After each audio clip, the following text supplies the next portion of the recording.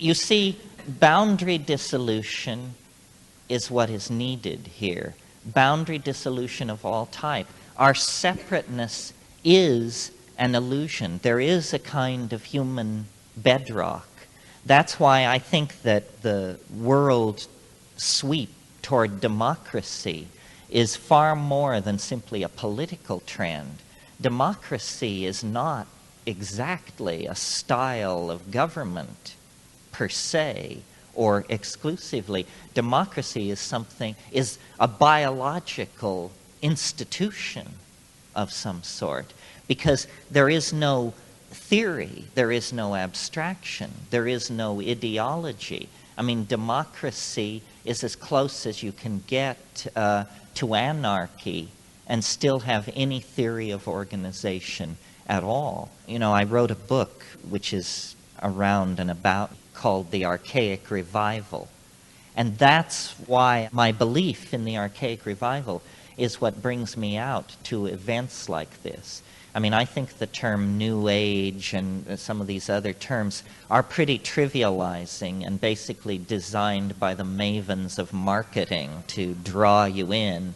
But there is an impulse throughout the 20th century in Freudianism, in abstract expressionism, in Dada, psychotherapy, sexual permissiveness, psychedelic experimentation, jazz, rock and roll. These are all facets of an impulse toward the archaic, toward the primitive, the non-straight, the anti-bow tie, the wish to blow up the staid world created by the fine ladies and gentlemen of the 19th century with their Christer ethics and their long dresses and all of that business.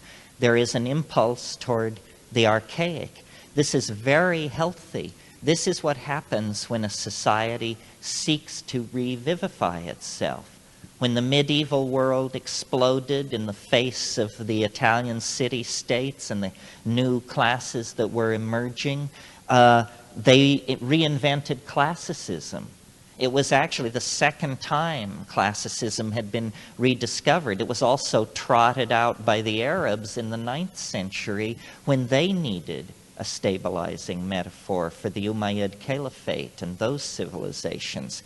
Now, in the 20th century, we can't go back to ancient Greece and Rome or Babylon.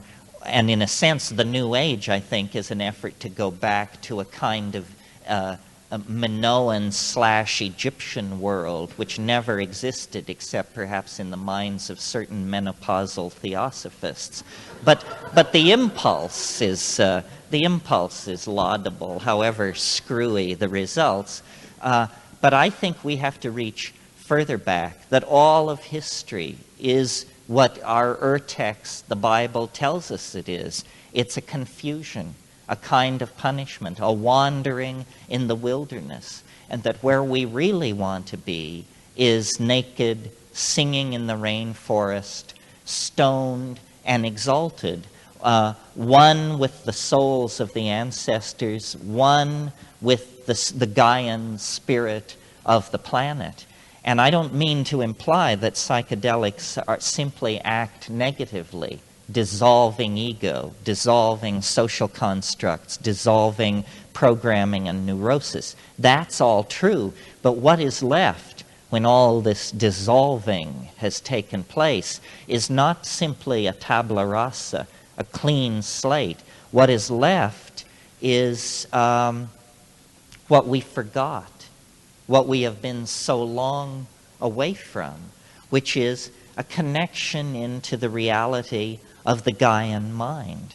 The great news that all shamanism can attest to and is built on is the news that there is a sentient, minded, caring entity that surrounds and holds the planet in its hands, in its heart, and beyond comprehending.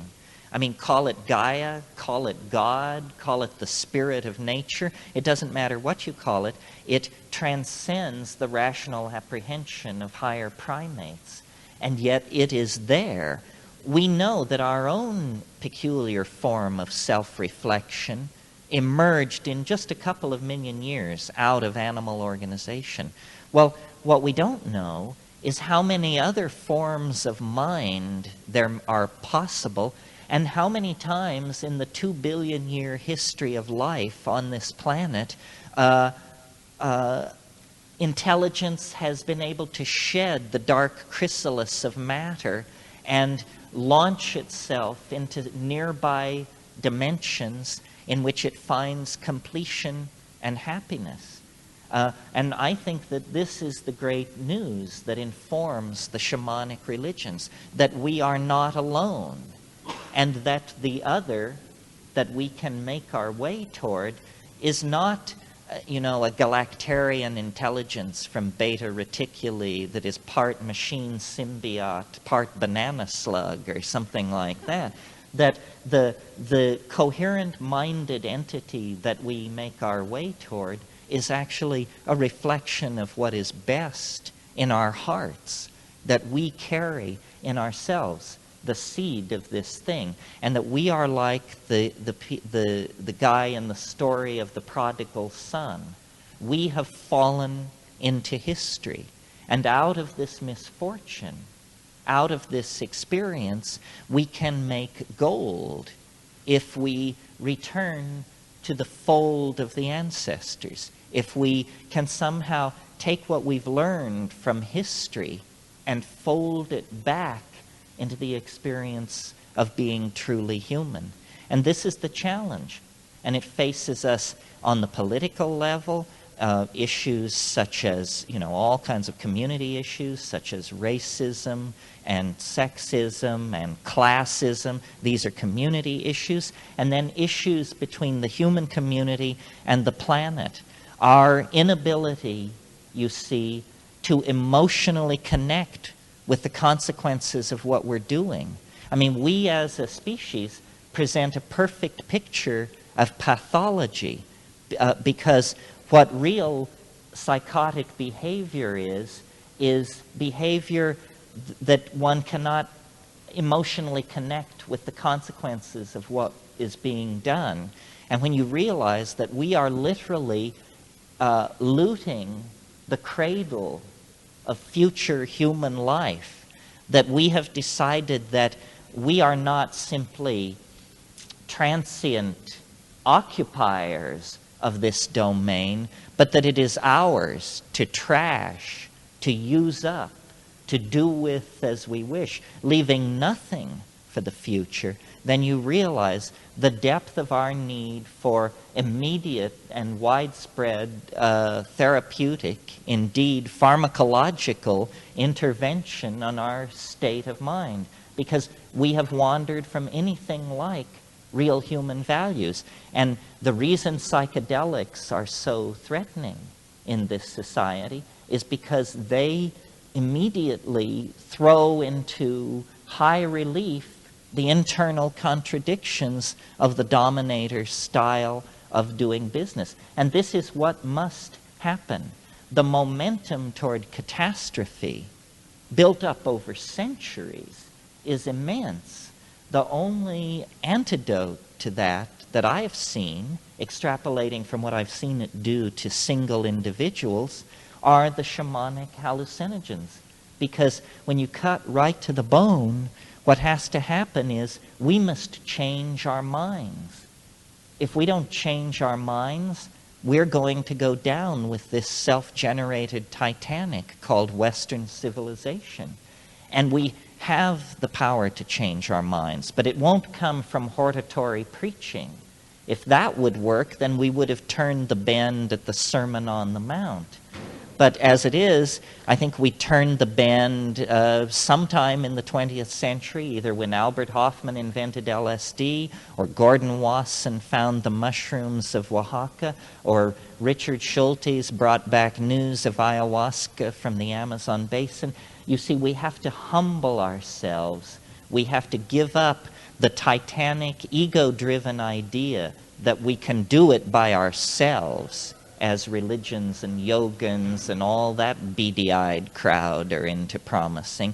The first step on the path of real self-transformation is the admission that you must humble yourself so thoroughly that you need to form a pact with an organism that begins its life in a mound of manure.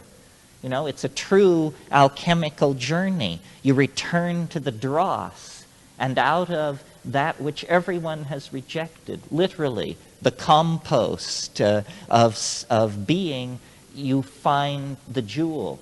And the jewel can be grown, cultivated, brought to fruition, internalized, globalized, shared to create a transforming option that does honor to a human experiment that has been going on far too many millennia for us to fumble the golden opportunity away.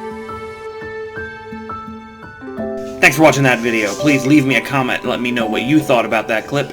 And please remember to like this video and subscribe for more.